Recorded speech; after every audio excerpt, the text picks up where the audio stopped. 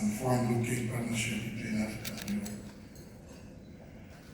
For context, I currently am the leader of the Democratic Party of Kenya, which is a member of DUA.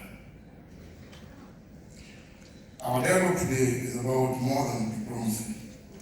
It is about redesigning relationships that have too often been asymmetrical, moving from dependency to partnerships and competition to cooperation, and from isolated national interests to a unified continental voice.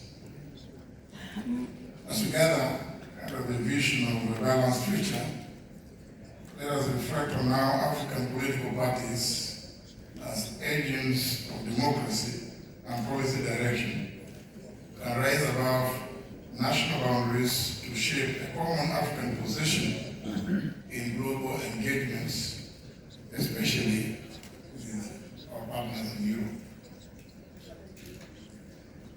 My context is one of a shifting global landscape. The world, obviously, as we all know, is rapidly changing, and Africa's youthful population, its natural resources, and its growing markets make it a central player in the 21st century. Yet, Africa's voice in global negotiations, from trade and climate to technology and migration, remains fragmented and reactive. We do know that our partners in Europe, on the other hand, have redefined their relationships with Africa through frameworks like the post-KANU agreement and the EU-Africa partnership, as well as the Global Gateway Initiative. These engagements present to Africa both opportunity and risk. Opportunity for sustainable cooperation, the risk of unequal bargaining power if Africa remains divided. And therefore the question before us is, how do African political parties as representatives of the people transcend borders to speak with one voice, negotiate with confidence, and secure partnerships that advance our continent's priorities? I think there's a case for cross-party collaboration. I believe to achieve a unified African voice, political parties must act as continental networks of ideas, not just national election machines, which many are used to. In my view, cross-border collaboration among political parties serves three vital functions. Number one, policy alignment is an area where parties that share ideological traditions, whether center-right, social-democratic, or conservative, can coordinate policy positions on trade, governance, security, and sustainable development. Number two, is a case for mutual learning. Through shared platforms, parties can exchange experiences of democracy, economic policy, and institutional reform, learning what works across contexts. Number three, a collective negotiation platform in which a unified position allows African negotiators to present consolidated positions to European institutions, mirroring the coherence that European parties already practice through their alliances, seen particularly in the European Parliament. This is where the Democratic Union of Africa must take the lead by institutionalizing cross-party dialogues that transcend borders and by building bridges among the like-minded movements across the continent.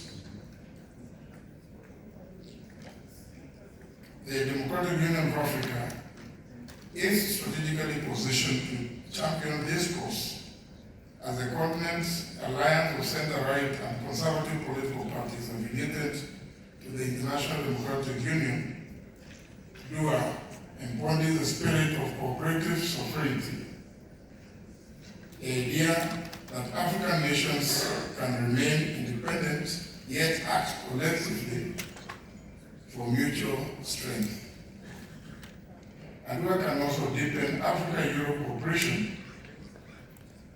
And to do this, it might take the following leadership roles. In our opinion, it's need to establish a permanent Africa-Europe dialogue platform, which would be a structured mechanism that brings together dual member parties and their European counterparts to align priorities on governance, trade, and security. Number two, developing a dual policy institute.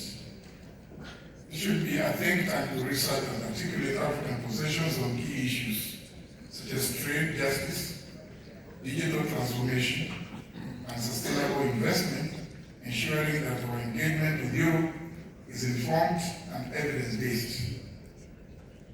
Finally, coordinating a Pan-African negotiating framework. This should be through regional caucuses, and we can facilitate the harmonization of political positions ahead of Africa-Europe summits, ensuring consistency between national policies and continental goals. In doing so, we will help ensure that Africa's political voice is both coherent and respected on the global stage. Another aspect of regional integration as a foundation tool. For political cooperation to have real impact, it must be anchored in regional integration.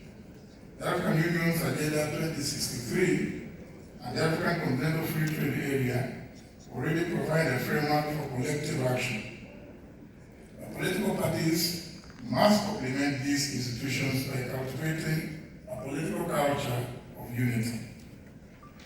Parties can work through the regional economic communities such as the ECOWAS, the EAC, the SADC, and COMESA to align political and economic priorities. For example, the East African parties could harmonize positions of digital trade and infrastructure development. The South African parties could coordinate on energy and migration policy, while the Southern African parties could collaborate on mining governance and environmental standards. Indeed, regional unity will strengthen continental bargaining power, enabling Africa to speak to Europe as one, not as 54 separate states with competing agendas.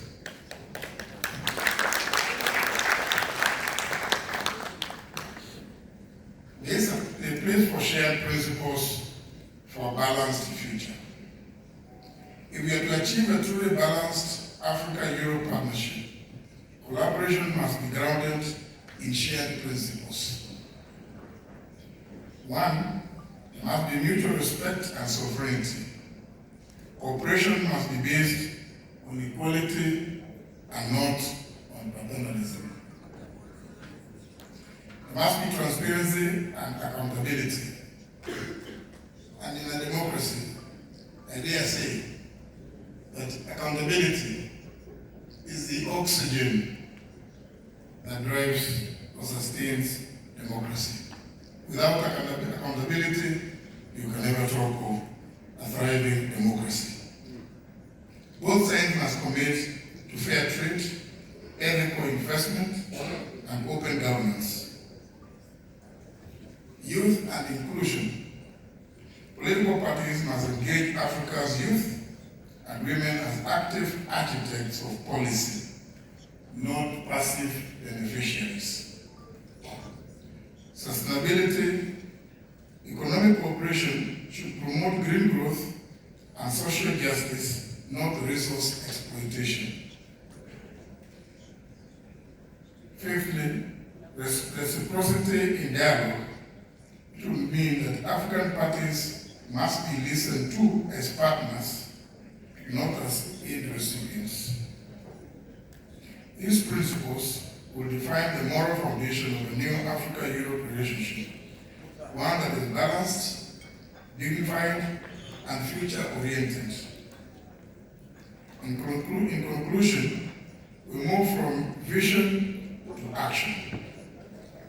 Distinguished colleagues, the challenge before us is not to imagine unity, but to build it patiently, deliberately, strategically. Political parties hold the key to this transformation. If we act together through DUA, we can shift Africa's engagement with Europe from one of dependency to one of partnership, from reaction to initiative,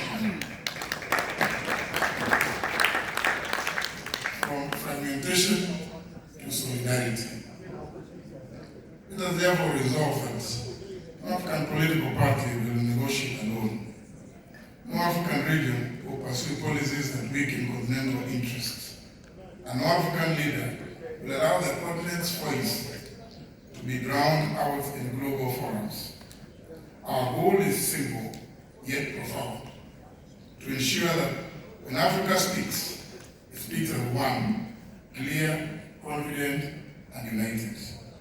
That is the path to a balanced future. That is the vision we must carry forward from this Dual Forum 2025. Thank you.